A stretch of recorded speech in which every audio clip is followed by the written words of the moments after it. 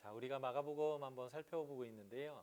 저희가 마가복음의 첫 번째 섹션 살펴보고 있어요. 마가복음 3장 35절까지인데, 자, 지금 저희가 살펴볼 것은 3장 13절부터 35절까지 하나님이 귀신을 쭉 추출하시고 예수님이 하나님의 합당한 그런 하나님의 백성들을 이제 부르시는 얘기의 부분입니다.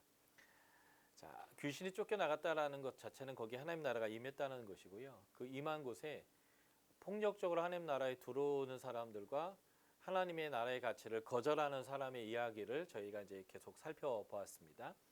자, 3장 13절부터 한번 우리가 살펴볼게요. 자, 3장 13절부터 35절도 이렇게 또 구성이 되어져 있는데요. 자, 3장 13절 35절의 카이아즘의 첫 번째 A 부분에 보면 13절부터 19절 예수님이 12 제자를 부르시는 사건인데요. 13절 보면 누구를 부르셨는가? 산에 오르사 자기가 원하는 자들을 부르셨습니다. 그러니까 하나님 나라에 합당한 사람들은 주님이 원하시는 사람들이다라는 것을 볼 수 있고요. 이거와 대꾸를 이루고 있는 33절에서 35절을 보면 예수님이 원하시는 사람, 하나님 나라에 합당한 사람이 누군지를 우리가 살펴볼 수 있습니다. 누가 내 어머니며 내 동생이냐 하시고 둘러앉은 사람들을 보시며 이르시되 내 어머니와 내 동생을 보라. 누구든지 하나님의 뜻대로 행하는 자가 내 형제요 자매요 어머니니라. 다시 말해서 하나님이 원하는 자, 예수님이 원하신 자가 누구냐면 하나님 뜻대로 행하는 자입니다. 이거는 우리가 지난주에도 마태복음 5장, 6장, 7장 산상수훈에서 우리가 봤던 내용이죠. 거짓 선지자를 구분하면서 하나님이 세우시는 사람들, 참 선지자의 특징이 뭐예요? 말씀을 듣고 행하는 자입니다. 하나님 뜻대로 행하는 자들이 바로 예수님이 원하시는 자들이다라는 것을 볼 수 있고요. 바로 이것과 관련된 밭이 옥토와 같은 밭입니다. 이 다음에 이제 비유가 나오죠. 네 가지 밭에 대한 비유요. 그러나 길가 밭, 씨가 하나님의 말씀이 떨어졌으나 새가 사단이 가져가는 그런 밭이 있습니다. 그게 바로 이 시 부분에 나오는 예수님이 무슨 일을 행해도 믿지 않으려고 하니까 성령님이 하신 일도 부정하고 이것은 귀신 들려서 귀신의 능력으로 행한 것이다 라고 하면서 다시는 용서받을 수 없는 성령 회방죄를 짓는 사람들, 마가복음 3장 6절에 보면 예수님을 잡아 죽이려고 의논했던 이제 헤롯 당과 서기관들과 같은 사람들이죠. 그래서 지금 이 A 부분과 C 부분이 대조를 이루고 있고요. 그 중간에 예수님의 가족들이 등장합니다. 예수님 귀신 들렸다니까 데리러 온 것이죠. 예. 그래서 이 중간에 있었던 예수님의 제자들이 나중에 사도행전 1장 봤더니 오순절 성령강림의 자리에 와 있고 적극적으로 이제 예수님과 함께하는 하나님 나라로 이제 들어오게 되죠. 그렇게 들어온 분들이 쓴 책이 있는데 그게 이제 야고보서, 유다서, 예수님의 형제들이죠. 요 B 부분에서 예수님 귀신 들렸다는 얘기를 듣고 예수님을 잡으러 왔던, 그래서 예수님 공생의 기간 동안은 예수님을 받아들이지 않았던 사람들이 이제 이렇게 되어집니다. 그래서 지금 하나님 나라에 수용되는 사람, 예수님이 원하시는 사람, 하나님 뜻대로 하는 사람과 예수님을 잡아 죽이려고 하는 그런 사람들이 성령 회방죄를 짓는 이 대조의 얘기가 이 부분에 등장하죠. 우리는 C에 속한 사람이 아니라 요 A에 속해 예수님이 원하는 사람, 예수님 뜻대로 행하는 사람이 되어야 하고요. 그것이 네 가지 밭에 연결되는 겁니다. 자, 그 C 부분, 예수님을 믿지 않고 예수님이 행한 일이 귀신 들려 행했다라고 하는 성령 회방죄를 짓는 사람들을 보면 예수가 미쳤다, 더러운 귀신 들렸다라고 그들이 주장하고 있고요. 그래서 이런 것을 성령을 모독하는 죄로서 사함받지 못한다라는 얘기로 나오고 있습니다. 성령 회방죄, 성령을 모독하는 죄는 결국 뭐냐면 하나님이 행하시는 일이 성령을 통하여 명확하게 드러났음에도 불구하고 그것을 부정하는 죄다라고 보시면 되겠고요. 제가 마가복음 1장부터 3장 이 부분까지의 내용들이 권세 있는 것을 통해서 예수님이 하나님의 아들인 것을 드러내는 내용들이잖아요. 그것이 성령을 통해서 권세 있는 가르침과 권세 있는 능력 행함이 드러나는 것인데 그것을 보고도 듣고도 깨닫지 못한다라는 거고요. 그래서 예수님이 네 가지 밭에 대한 비유를 설명할 때 이사야서 6장에 이사야의 소명을 언급하신 이유가 바로 이들 때문에 그래요. 보기는 보아도 듣기는 들어도 깨닫지도 돌이키지도 않는 사람들.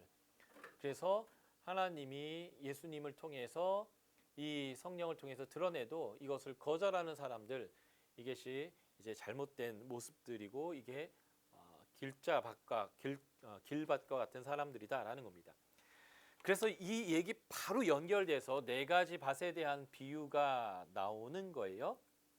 그래서 세 번의 씨와 관련된 이야기가 나오고 그 중간에 등불의 비유와 헤아림의 법칙, 너희의 헤아림으로 너희가 헤아림 받겠다라는 얘기가 나오는데요. 이 부분은 이 씨에 대한 이야기를 하는 중간에 이것을 넣어서 너희가 어떤 태도를 취해야 되는지를 설명하는 내용입니다. 좀 이따 보도록 하고요. 먼저 씨에 대한 비유를 보도록 하겠습니다.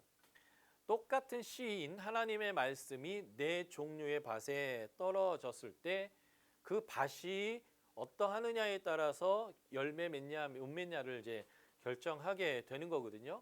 그러니까 이 밭에 대한 비유는 1장부터 3장까지의 내용을 정리하는 내용이다. 문맥적으로 그런 거예요.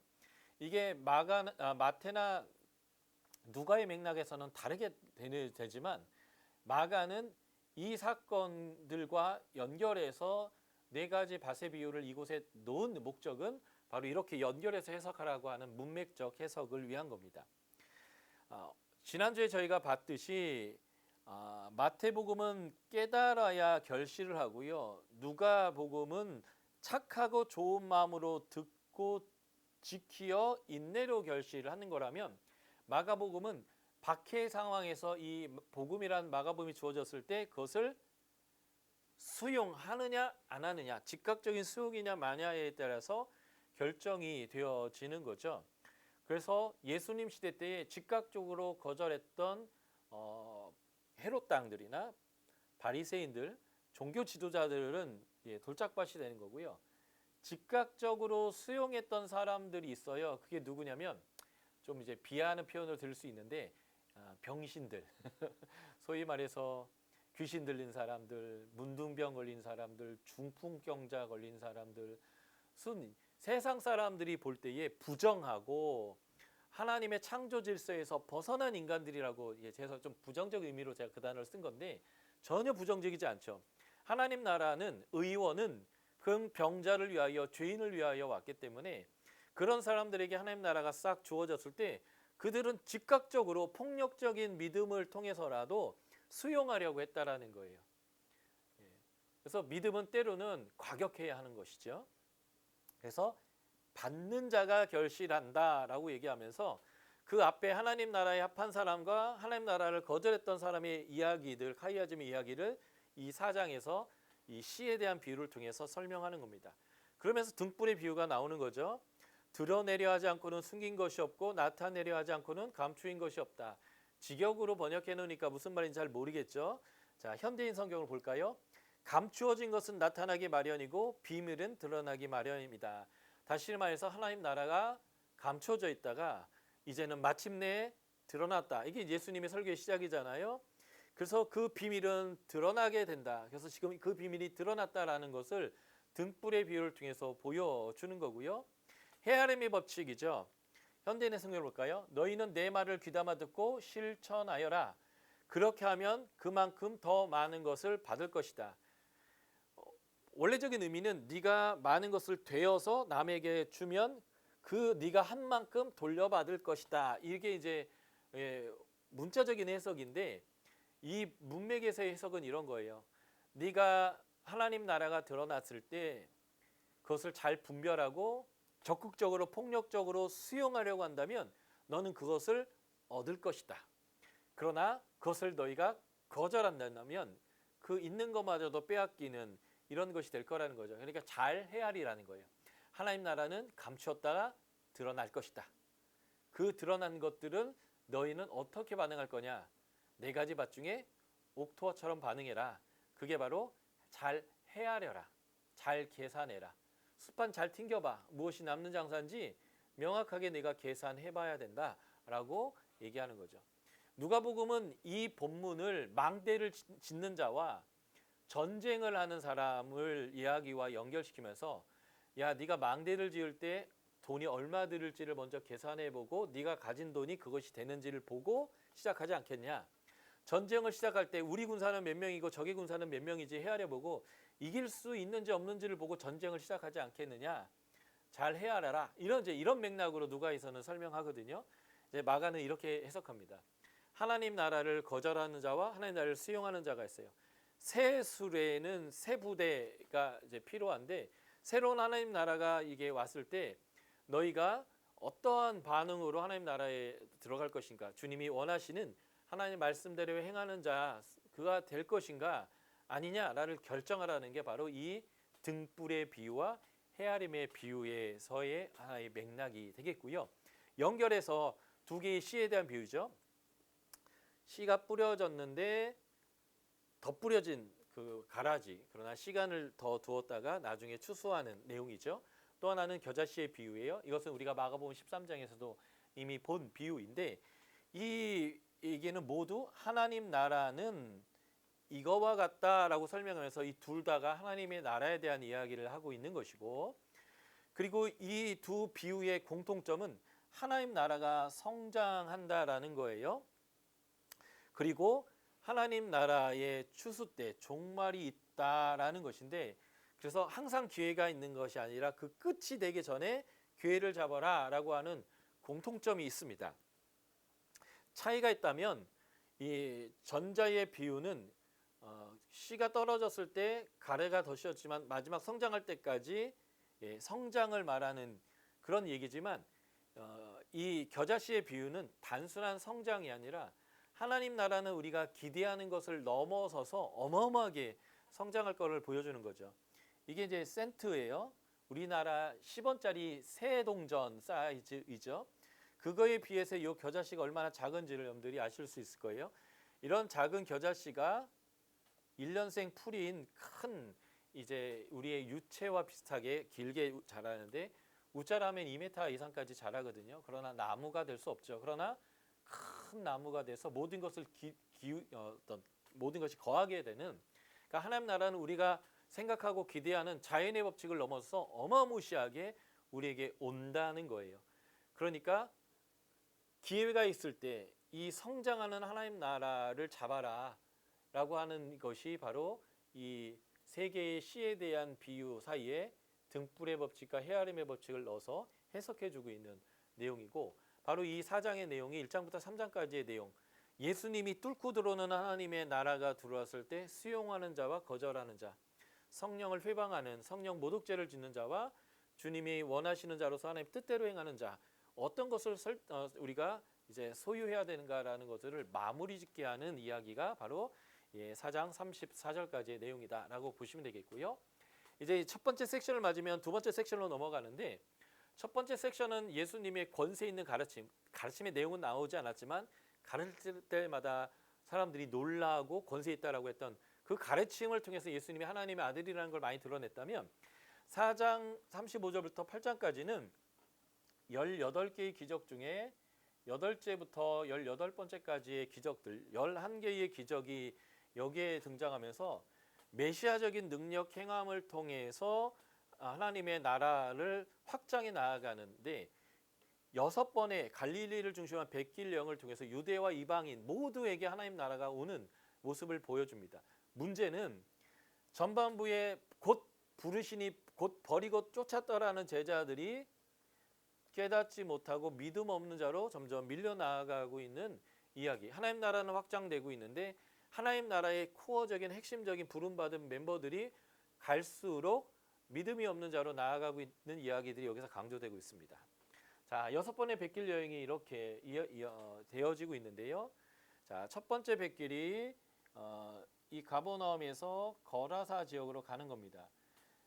이렇게 기준으로 해서 이쪽은 유다 지역, 이 아래로 해서는 이방 지역이 되어지는 곳이다라고 보시면 되겠고요.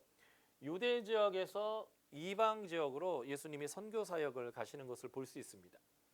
자, 예수님이 선교 사역을 가시는 과정에서 바람과 바다도 잔잔케 하시는 예수님의 모습을 보게 되는 거죠. 로마의 원독자들, 박해의 폭풍 가운데 놓여 있는 원독자들은 이 본문을 보면서 우리의 지금 로마에 있는 우리에게 지금 몰아닥치고 있는 네로의 박해라고 하는 이 폭풍과 같은 바람도 예수님이 함께 하신다면 잔잔케 될 수 있겠구나라고 하는 그런 이제 믿음을 가질 수 있는 그런 이야기로 원독자에겐 들리게 되는 거예요. 이가 누구가 간데 바람과 바다도 순종하는 거, 이렇게 이제 제자들이 질문할 때 로마의 원독자들은 자기의 상황 안에서 지금 우리 가운데 있는 이러한 박해의 폭풍, 죽음의 이 폭풍도 예수 안에서는 잠잠케 될 수 있겠구나 믿게 되는 이런 사건이 될 거고요. 거라사 지역에 도착할 때 어떤 일을 하셨냐면 군대 귀신을 축출합니다. 그 군대 귀신은 무덤 사이에 거처하고 있었어요. 유대인들의 정결법에 의하면 시체는 부정하죠. 그러니 무덤 가운데 거한다라는 것은 매우 부정하다라는 것을 얘기하는 거고요. 아무도 그를 제어할 힘이 없었습니다. 아주 강력하고요.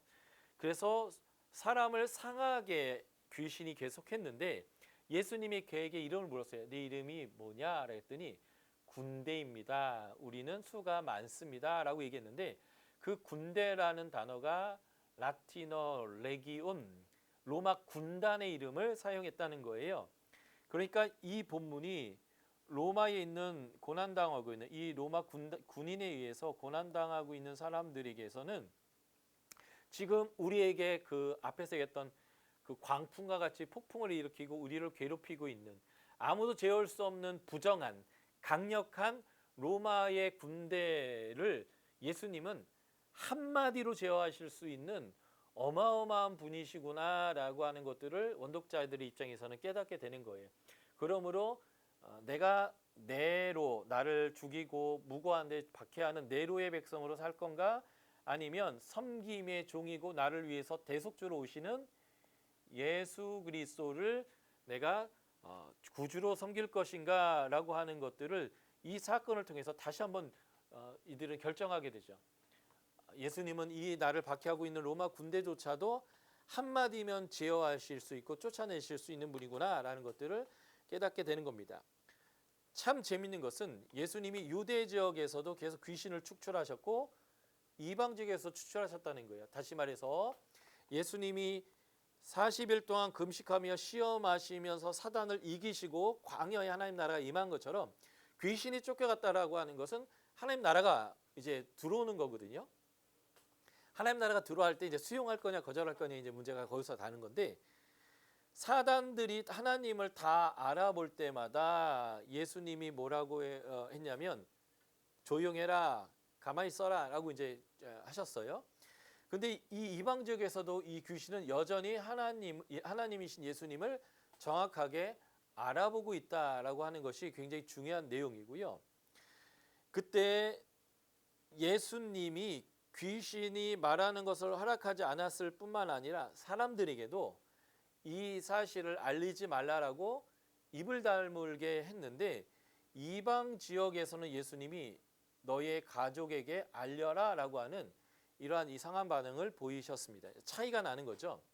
왜 유대 지역에서는 예수님이 귀신을 쫓아내시면서 자신을 드러내지 않으려고 했을까요?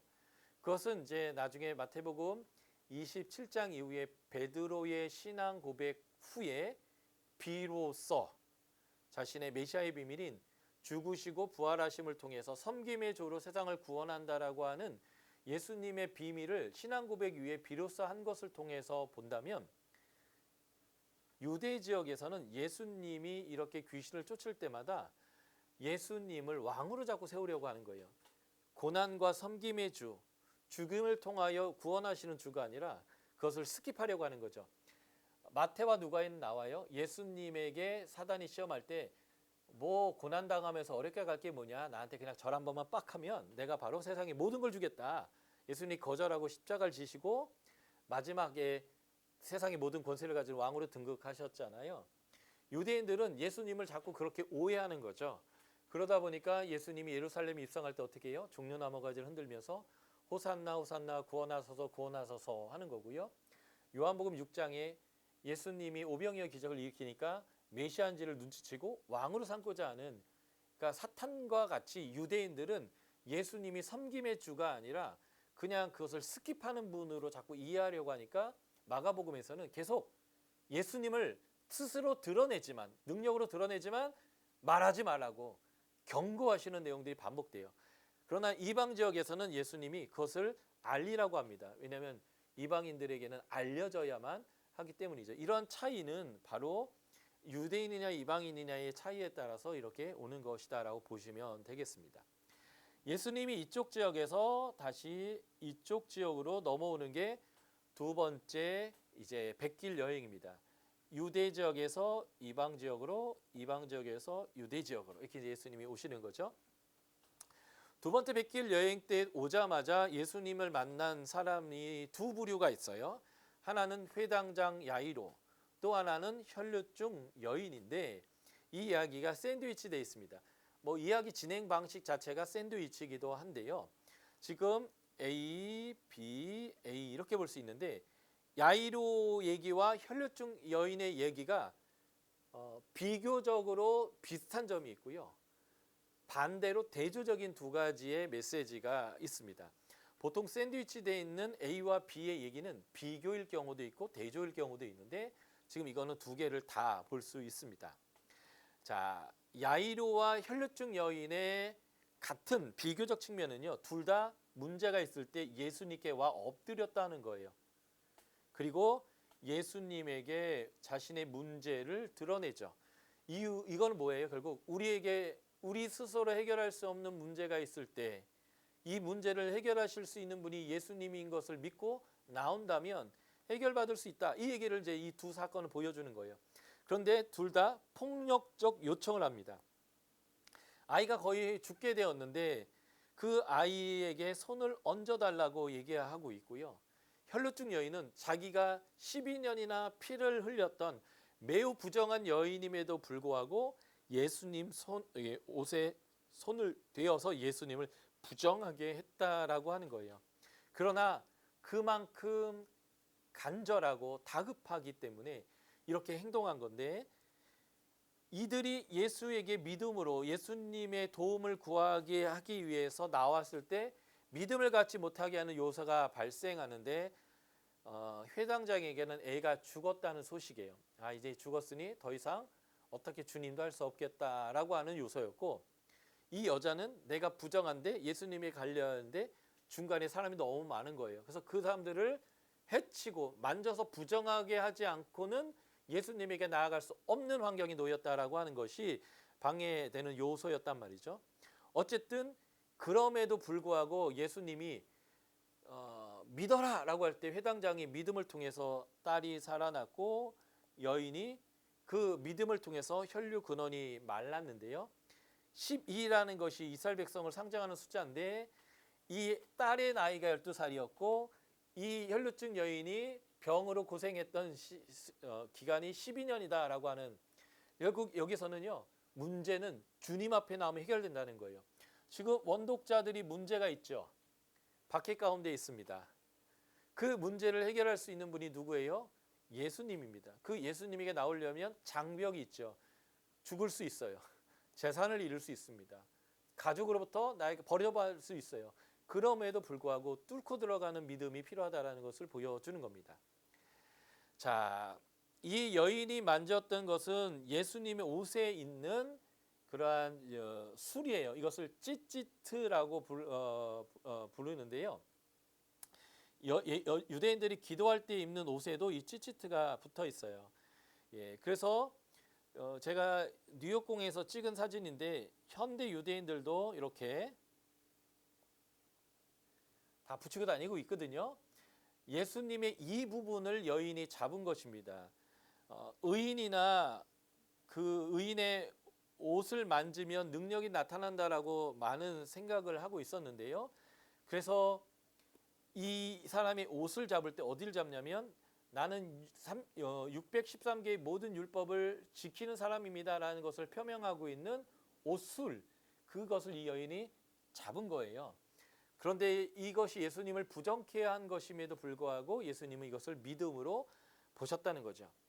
자, 이 두 치유의 사건의 대조적 사건은요, 회당장은 남자하고 사회의 주류이고요, 혈루증 여인은 여자이면서 사회적으로 부정한 사람이에요. 피를 계속 흘리고 있는 사람이기 때문에 그 둘 모두가 장벽이 있었는데 이 남자는 그 장벽을 포기하는 행동을 먼저 보였다는 거고요.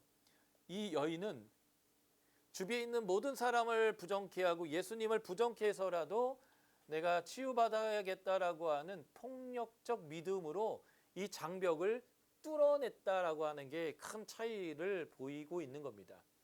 이러한 장벽을 뚫는 모습은 늘 사회의 주류인 제사장, 서기관, 바리새인, 남자, 회당장 이런 사람들이 아니에요.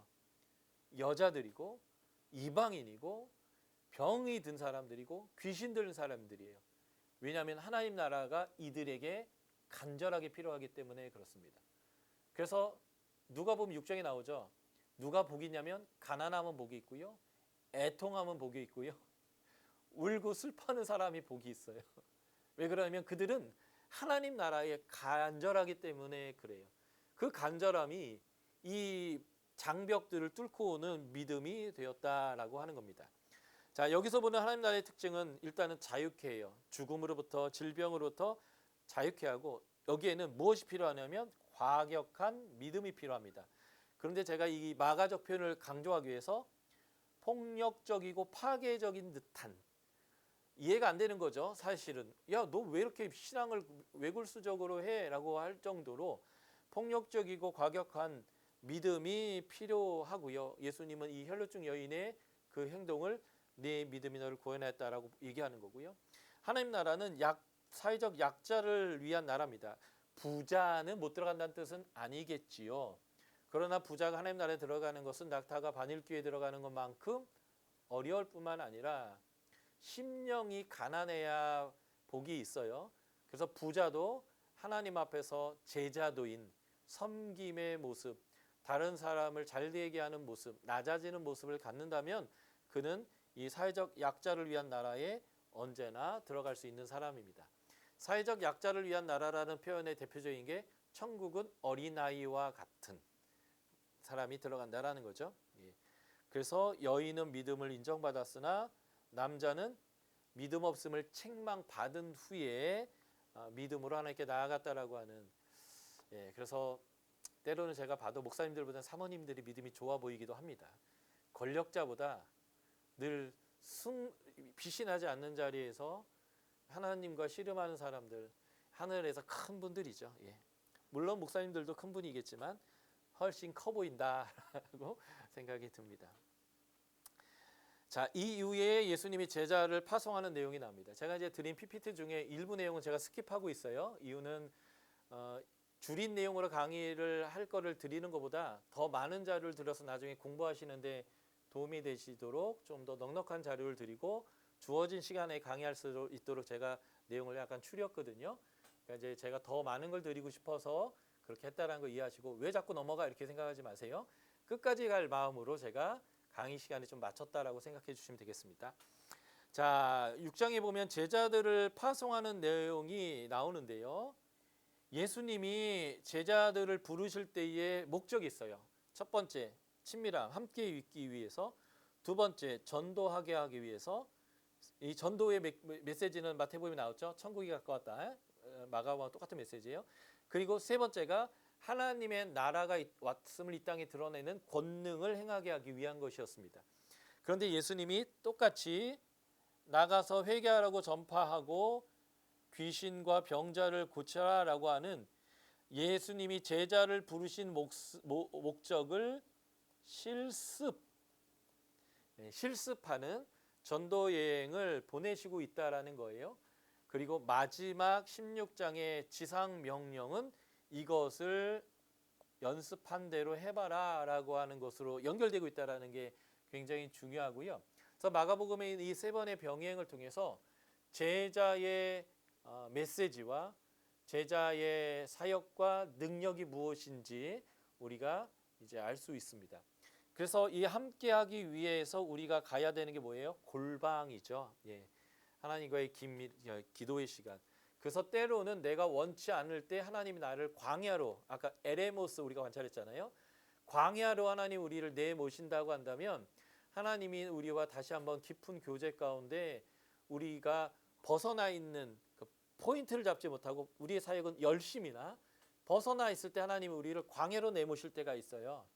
그게 사람을 통해서도 있고 환경을 통해서 질병을 통해서 여러 가지 있을 수 있는데 그 광야에 나아갔을 때 우리가 회복해야 되는 게 주님과 함께하는 것들. 그러면 우리가 다시 한번 우리의 메시지와 우리의 권능들이 회복되어질 것입니다. 이게 이제 예수님이 제자를 파송하시면서 제자들을 보내시는 내용이고 이게 우리의 파송이다라고 보시면 좋겠습니다.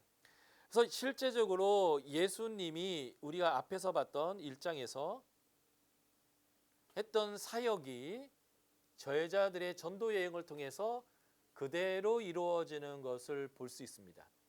사도와 제자는 거의 의미 자체는 틀릴 수 있으나 거의 같은 맥락으로 설명할 수 있는데 보냄받은 사도이면서 예수의 제자는 어떤 사람인가? 예수처럼 말하고 예수처럼 행하고 예수처럼 십자가를 지고 고난당하는 사람이다. 이게 이제 사도행전에서 아주 중요한 메시지거든요. 예. 왜냐하면 복음서는 예수행전이고 그 예수님이 보내서 예수님처럼 말하고 행하고 고난받고 하나님 나라를 이 땅 가운데 오게 한 사람들의 기록이 사도행전이었어요. 그래서 그 사도행전에서 그들이 행하고 있던 일들은 결국 뭐냐면 예수님과 함께 동일한 사역을 실습했던 제자들이 그 배운 대로 살았던 삶이다라는 것을 우리가 확인할 수 있습니다. 그래서 우리가 전해야 될 메시지죠. 회개하라라고 하는 거고요. 우리가 행해야 될 권능, 사도행전 1장 8절 성령 임하시면 권능을 받아서 제자의 일을 감당할 때 우리가 해야 될 일들이다라고 보시면 되겠습니다. 자, 예수님이 제자들을 파송하는 내용을 우리가 봤는데 그 파송하는 얘기와 제자들이 와서 선교 보고하는 내용이 있는데 그 사이에 샌드위치처럼 사도 요한의 얘기를 여기다 마가가 끼워 넣었어요. 물론 실제 역사순이 이랬을 수도 있긴 하나 이것에 대한 기록을 같이 하고 있는 마가와 누가에는 이렇게 배열되어 있지 않다라는 거죠. 그렇다면 마태와 누가가요?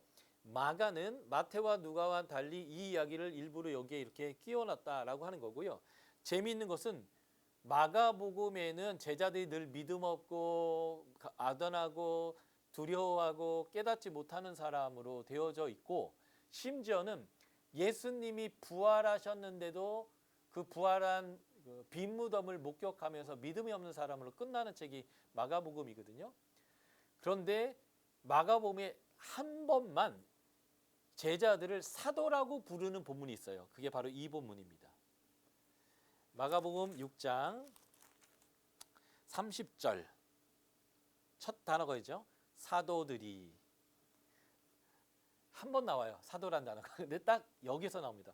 어떻게 나오냐면 예수님이 파송하셨을 때 순종하여 그 사역을 감당한 사람들을 뭐라고 표현하면 사도라고 마가복음에서 단 한 번 표현합니다.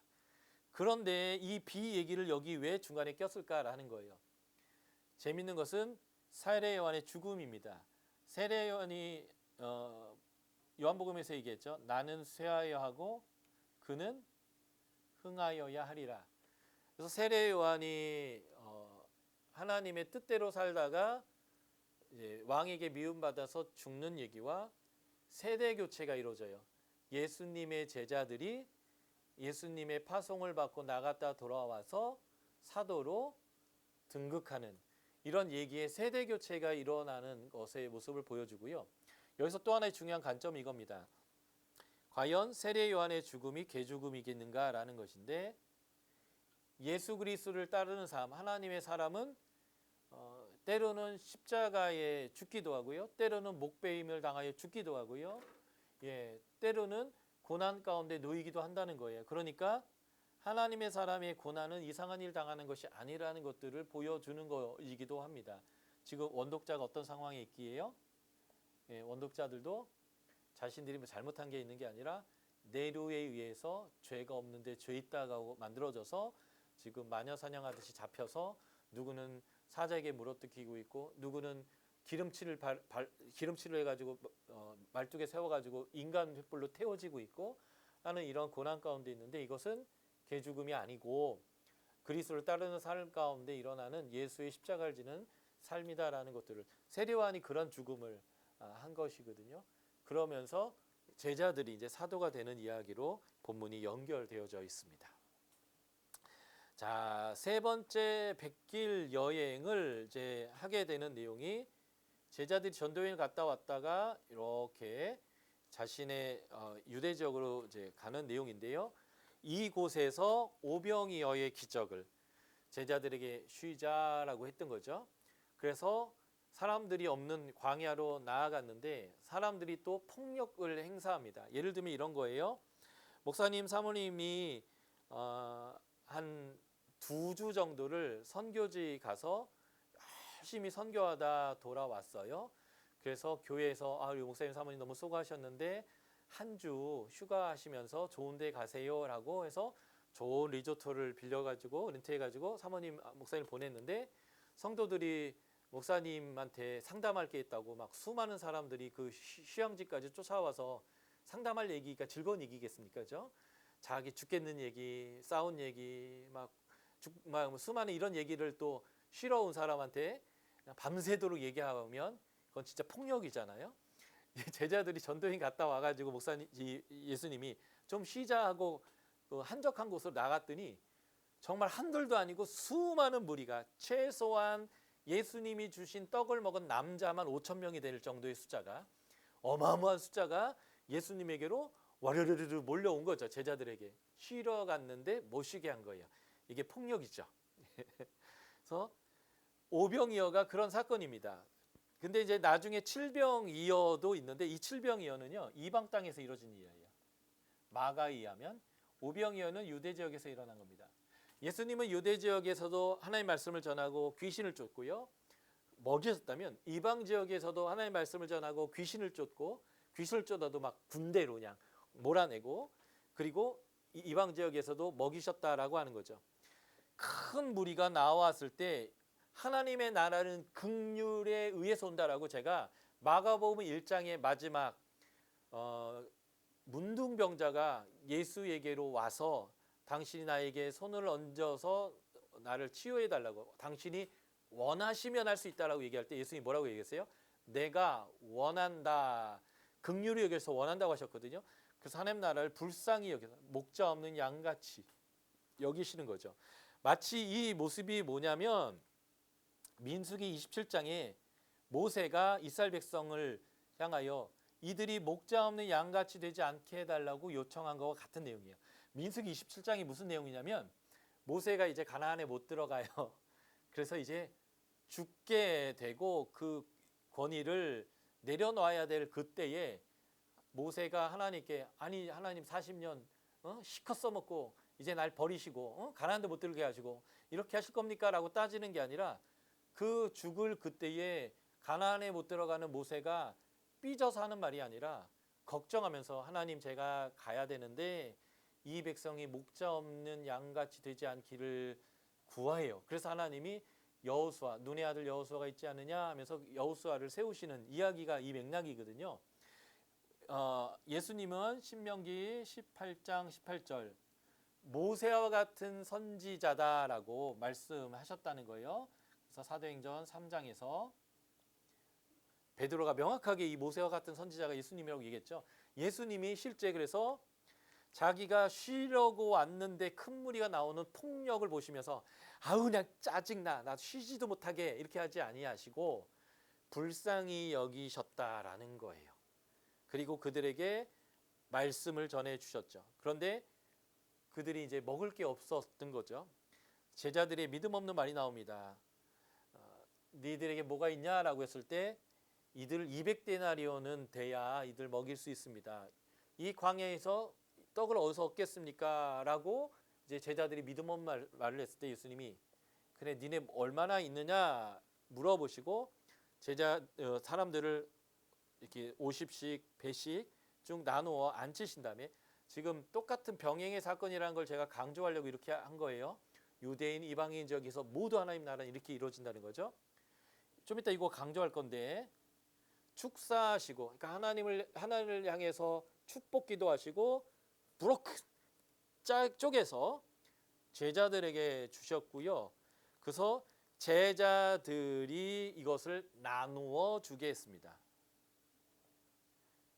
그리고 배불리 먹고 12바구니 7광주가 남았고 그 숫자가 4,000명, 5,000명이다 라고 하고 이 이야기가 배를 타고 다른 곳으로 넘어가는 이야기로 연결됩니다. 이거는 굉장히 중요한 얘기인데요. 무슨 말이냐면 예수님은 긍휼로 하나님의 나라를 이 땅에 가져오기 때문에 가르치는 것, 먹이시는 것을 다 하신다는 것이고 제자들이 아까 우리가 제자들의 파송에서 봤지만 예수님이 하시는 것들을 똑같이 하는 사람들이잖아요. 그래서 예수님이 기도하시고 직접 나눠준 게 아니라 제자들이 직접 나눠줬다는 게 중요합니다. 다시 말해서 12제자가 5,000명, 4,000명을 직접 먹인 경험을 했다는 거예요. 이게 나중에 요한복음 마지막 장에서 보면 예수님이 베드로에게 너 나 사랑하니 하면서 얘기하잖아요. 내 양을 쳐라 먹여라. 이미 베드로가 해봤던 경험이에요. 주님을 사랑하고 주님과 함께 한다면 내 손으로 그 많은 사람을 먹여봤다는 거죠. 저는 이렇게 상상해봐요. 오병이어 기적으로 얘기한다면 남자만 5,000명 있다고 했다면 여자도 한 5,000명 있었을 거고요. 애들은 2,000명 정도 있었을 거라고 추정합니다. 더 많았을 건데 제가 12,000명을 만든 이유는 제자가 12명이기 때문에 그래요. 12,000명을 50명, 100명 단위로 쭉 앉혀놓은 거죠. 그리고 예수님이 떡 5개, 물고기 2마리를 가지고 기도하십니다. 그리고 떡을 2개로 쪼갰을 거예요. 떡을 2개로 쪼개면 10덩이가 되거든요. 10명에게는 떡 반 조각, 2명에게는 물고기 2마리를 줬을 겁니다. 근데 물고기도 대가리 띄고 꼬리 띄고 하면 뭐 이만큼밖에 되지 않죠. 그리고 제자들에게 반 조각의 떡을 진 사람과 물고기 1마리를 준 사람들을 보면서 뒤로 돌아 이렇게 한 거죠. 그 뒤 딱 뒤로 돌았을 때 한 사람당 1,000명을 먹여야 되는 거예요. 12명이 12,000명을 이제 먹여야 되는 거니까요. 그러니까 요만한 떡 반쪽을 가지고 1,000명을 1인당 이제 먹여야 되는 거죠. 물고기 1마리로 1,000명, 떡 반쪽으로 1,000명. 제가 베드로였으면 떡을 예수님에게 집어던지면서 왜 이런 걸 나한테 시키세요? 이게 가당키나 한 일이라고 했을 것 같은데 베드로와 제자들은 믿음이 있었나 봐요. 순종했고 다 먹였고 12바구니 7광주에 남았다는 게 놀라운 거죠. 그러니까 순종은 뭐냐면요. 할 수 있어서 하는 게 아니라 해보는 겁니다. 무엇을 근거로? 하나님의 명령을 근거로. 제가 추측하고 상상하는 건 이거예요. 베드로든 제자든 그래도 요만한 떡으로 1,000명은 못 먹어도 내가 50명, 100명은 먹여보리라 해가지고 진짜 이거 새끼손가락 손톱만큼 떼어서 줬을 겁니다. 이게 제일 중요한 믿음이에요. 저 같으면 집어던진다고 했잖아요. 이거 안 될 일을 왜 시키냐고. 집어던지는 건 믿음이 없는 거고요. 주님이 말씀하시면 일단 해보는 게 믿음이죠. 새끼손가락만큼 떼어서 줬어요. 그런데 어떻게 됐을까요? 제 상상으로는 띈 만큼 늘어났을 거라고 생각해요. 왜냐면 안 늘어났으면 다 먹일 수는 없을 테니까요. 분명히 늘어났을 거고 처음엔 믿음이 없어서 요만큼 띄었는데 2번, 3번, 4번 반복해 보니까 요만큼 띈 만큼 늘어나는 거죠. 목 위에 머리가 달렸으면 이제는 생각을 하는 거예요. 아, 내가 띈 만큼 늘어난다면 새끼손가락만큼 남기고 나머지를 주는 거죠. 그러면 준 만큼 또 늘어날 거예요. 무슨 말이냐면 경험하기 시작하는 거예요. 순종했을 때 경험하기 시작하고 경험하기 시작하면 이제 주님이 내 양을 먹여라 라고 하는 것들을 이해하기 시작하는 거예요. 그래서 신나서 띄워줬는데 5,000명이 다 먹었어요. 그리고 실제 떡 5개랑 물고기 2마리가 어떻게 12광주리가 되냐고요. 처음보다 남은 게 더 많아 버렸잖아요. 이런 하나님의 기적을 경험하게 되었다라고 하는 거죠. 그런데 이러한 하나님의 나라의 사건이 유대만 아니라 이방 지역에도 동일하게 주어졌다라는 게 이게 이제 선교적인 메시지가 되는 거고요. 이거를 저는 광야 축제라고 부릅니다. 다시 말해서 광야에서 귀신이 쫓겨나가고 천사가 수중 들고 들짐승이 함께 있었던 것도 하나님 나라가 임한 사건이라면 오병이어의 기적도 광야의 축제가 벌어진 거예요. 광야의 하나님 나라가 임한 사건이 되는 거예요. 만나와 메추라기를 광야에서 하나님이 먹이신 것처럼 예수님이 먹이신 거죠. 이것을 신학적으로 정확하게 그렇게 연결하신 것이 요한복음 6장입니다. 오병이어의 기적을 가지고 예수님이 얘기하죠. 내 살과 내 피다. 이것을 먹고 마시는 자가 영생하게 된다라고 하면서 오병이어 기적이 바로 이 만나와 메추라기 사건의 재현으로서 모세와 같은 선지자인 예수님이 더 좋은 하나님 나라의 영생을 가져오는 얘기로 연결시키고 있다는 겁니다. 자, 그래서 이 사건을 통해서 알 수 있는 예수님은요, 유대인 이방인 모두에게 하나님 나라를 전파하시는 분이고요. 하나님 나라는 긍휼에 의해서 옵니다. 그래서 팔복에도 나오죠. 긍휼히 여기는 자가 복이 있습니다. 자, 말씀 영의 양식과 떡의 양식을 공급하는 하나님의 분이고요.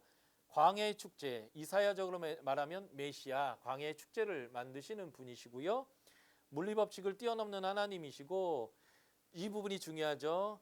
예수님이 직접 먹인 게 아니라 12제자가 이들을 다 먹였다. 그래서 예수님이 제자들을 세우시고 권능과 권위를 이들이 실제 예수님이 떠난 후에도 사용할 수 있는 자들로 훈련시키고 있다. 그러면 우리는 이렇게 예수님의 제자로서 훈련되어야 하고 예수님의 그런 삶을 따라가야 하는 것을 보는 거죠. 그래서 이 사건을 통해서 아는 하나님 나라는요, 모든 사람, 유대인이나 이방인이나 차별이 없습니다. 하나님 나라는 늘 긍휼에 기반해요. 그래서 우리의 삶에는 긍휼이 넘쳐야 돼요. 긍휼 받는 것만 넘치는 게 아니라 긍휼을 베푸는 것이 넘쳐야 합니다. 하나님 나라는 하나님의 긍휼의 선물이기 때문에 그렇고요. 하나님의 나라가 임하면 축제가 벌어지는 거예요. 제가 전에도 이런 얘기를 한 적이 있는데, 우리가 이제는 코로나가 끝나면서 이제 오후 예배가 재개되기 시작하잖아요.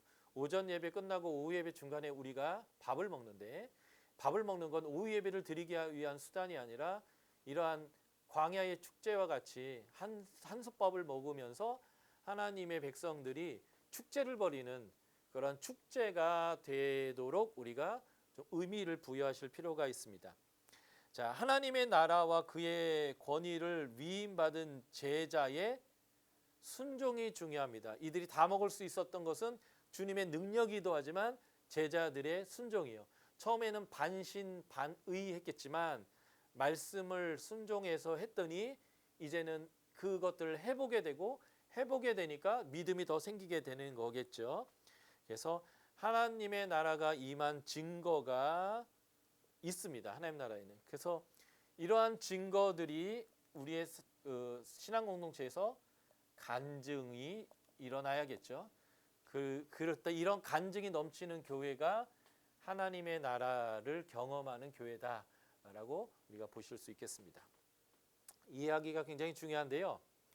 오병이어에서 예수님이 축사하시고 떼어 주셨죠. 실병이어서도 축사하시고 떼어 제자에게 줬다면 성만찬, 예수님이 축사하시고 떼어 제자들에게 주었습니다. 그러니까 성만찬은 어떤 의미가 있냐면, 이것은 고린도전서 11장에서 사도 바울이 아주 정확하게 해석했는데요. 첫 번째는 예수님의 살과 피를 기념하는 거예요. 우리는 예수의 피와 예수님의 그 살이 찢김으로 구원을 받은, 죄를 용서받은 사람이라는 것들을 기억하고 우리의 정체성을 확고히 하는 이런 의미의 성찬식의 의미가 있다면 우리 교회는 이것밖에 못 살려요. 두 번째가 굉장히 중요합니다. 고린도서 11장에서 얘기하죠. 이 살과 피를 먹으면서 주님이 오실 때까지 주님을 전파하는 거라고. 그래서 이 성만찬은 파송의 자리예요. 파송. 주님의 살과 피를 먹고 그것을 소화해서 주님을 내 것으로 만들고 주님의 능력으로 세상 가운데 나아가서 제자의 삶을 살도록 하는 파송의 의미가 성만찬에 있고요. 아까 제가 오전 예배와 오후 예배 사이에 먹는 점심이 축제라고 말씀드렸는데, 또 하나가 뭐냐면 성만찬이 되어야 합니다. 원래 성만찬은 식사였거든요. 예식이 아니라. 그런데 교회에 문제가 생겨서 예식으로 살짝 바꿨는데 원래는 식사의 자리예요. 식사의 비밀이 뭔지 아세요? 밥을 먹으면 힘이 생깁니다. 이제 나이가 좀 들면 이 말이 이해되잖아요. 밥을 먹었더니 눈이 밝아진다 뭐 이런 거요. 예, 제가 30대는 이 말 이해 못했거든요. 이제 슬슬 이해가 되기 시작해요.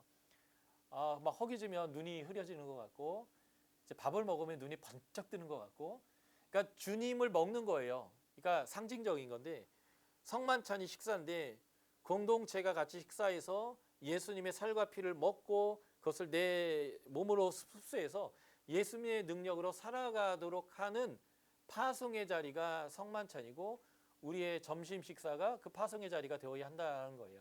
축제의 자리고 파송의 자리가 되어야 한다. 이게 오병이어 칠병이어와 그 예수님의 성만찬의 연결성입니다. 그래서 실제 요한복음에 나오는 성만찬의 자리 있죠. 요한복음 13장부터 17장이 다락방, 예수님의 마지막 만찬 때 있었던 일인데 이 13장의 마지막 만찬에서 예수님은 이게 내 살다 내 피다 이라는 얘기 안 하세요. 식사하다 말고 갑자기 일어나셔서 수건을 허리에 두르고 그 물을 떠다가 제자들의 발을 씻겼습니다. 그리고 내가 주와 스승으로 너희의 발을 씻긴 것처럼 너희도 그렇게 해라. 그러니까 파송한 거예요. 섬김으로 살아라라고 하는 파송의 자리가 성만찬의 자리였단 말이에요. 그러므로 주님처럼 되려고 하는 그것이 이 성만찬이에요. 주님의 피와 살을 기념하고 내가 주님으로 말미암아 구원받은 사람이고 그 주님을 먹어서 내 것으로 만들어서 파송하는, 그래서 주님을 기억하고 기념하고 나의 정체성을 바로 세우며 그 정체성에 합당하게 파송되는, 주님이 우리를 부르신 사건은 가까이 하게 하시고 권능을 행하게 하시고 하나님 나라를 선포하게 하시는 거잖아요. 그래서 성만찬 안에는 이 제자를 부르시고 파송하는 의미가 그대로 녹아 있다라는 거예요. 그래서 우리가 그냥 예식으로서 습관적으로 하는 성만찬이 아니라 바로 오병이어와 칠병이어처럼 제자들로서의 하나님의 앞에 순종하고 파송하는 자리까지로 우리 성만찬의 이야기를 끌고 나아가면 되게 중요할 것 같고요. 자, 이 재밌는 얘기가 오병이어, 칠병이어 이야기가 끝나면 배를 탄다고 제가 아까 말씀드렸잖아요. 패턴에. 아까 이 앞에 패턴에 보면 각 이야기의 마지막 패턴이 네 번째, 다섯 번째 백길로 연결되는 부분이에요. 이 네 번째, 다섯 번째 백길 여행을 보면 이 백길에서 제자들이 깨닫지 못하고 믿음 없는 모습을 보이는 거예요. 바리새인과 헤롯의 누룩을 조심하라 했더니 그들의 죄가 그들 번지는 것을 조심하라 했더니 이들이 아이고 떡이 없네, 떡 안 가져왔네, 이런 이제 모습을 보여주는 이런 그들의 모습을 보면서 예수님이 깨닫지 못하고 마음이 둔하여졌느냐, 깨닫지 못하고 마음이 둔하여졌느냐라고 책망하는 제자들의 이러한 믿음 없음의 모습이 반복되어지는데요. 분명히 오병이어 칠병이어 자기 손으로 사람들을 먹였는데도 불구하고 어느 순간 아둔해지는 이런 모습이죠. 마가복음의 원독자들이요, 굉장히 믿음이 좋은 사람들이에요. 그리고 교회가 개척된 지도 오랜 된 사람이거든요. 로마서를 기준으로 얘기하면 AD 57년에 기록된 로마서를 기준으로 하면 이미 교회가 그때 25년 이상 됐던 교회였거든요. 그러니 이제 60 중반에 기록된 내용을 보면 교회가 이제 거의 35년 된 아주 믿음 있는 교회고, 그 교회는 브리스길라 아굴라를 포함해서 그 구레네 시몬의 아내와 아들도 있고요. 굉장한 사역자들이 많은 교회인데 그 교회가 박해가 이루어지니까, 생사가 오가게 되니까 믿음이 흔들렸던 거죠. 즉각적으로 믿음으로 받아들였던 제자들이 깨닫지 못하여진 것처럼 이들이 깨닫지 못하는 모습들을 지금 이렇게 좀 제자들과 같다라고 지금 표기를 하고 있는 이런 모습이다라고 보시면 되겠습니다. 그래서 예수님이 물 위를 걸으시는 사건이 네 번째예요. 이렇게 가다가 이렇게 돌아오시는 네 번째 물 위를 걸으시는 사건이고, 그리고 예수님이 두로와 시돈 지역으로 이제 전등을 가시는데 유대적뿐만 아니라 이방 지역으로 가신 거죠.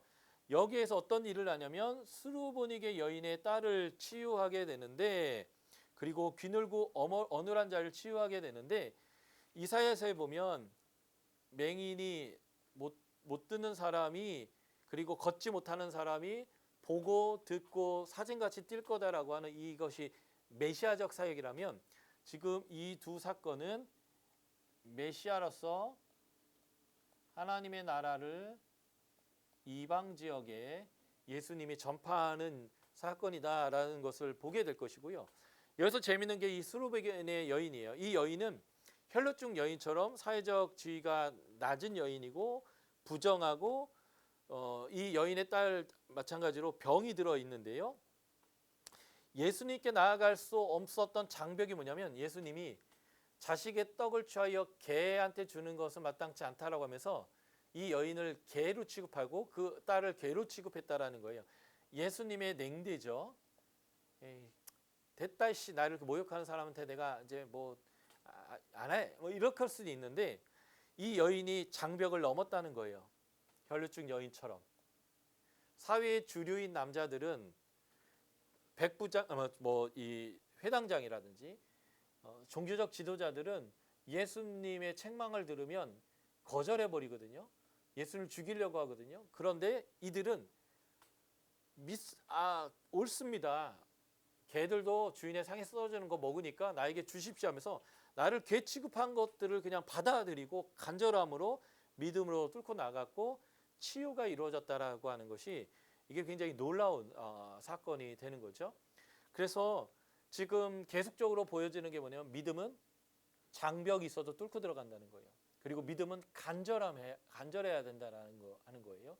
그래서 굉장한 이런 폭력적인 믿음을 이 마가복음이 강조하고 있는데 그가 뭐냐면 원독자들에게 이러한 강력한 믿음이 필요하기 때문에 그러고요. 이 일 다음에 벳세다에서 이 소경이 눈 뜨게 되는 건데 이것은 뭐예요? 눈 떠라. 영적인 눈을 떠라. 지금 원독자들 제자들이 믿음이 없었는데 이 제자들처럼 박해 가운데 믿음이 없게 생겼던 사람들이 지금 로마에 있는 박해 가운데 있는 원독자들인데 이들 향해서 이 소경의 얘기는 뭘 얘기하냐면 눈을 떠라라는 거예요. 눈을 떠라. 영적인 눈을 떠라라고 하는 이러한 메시지로 이제 연결되어 있는 것이 바로 이 본문이다라고 보시면 되겠습니다.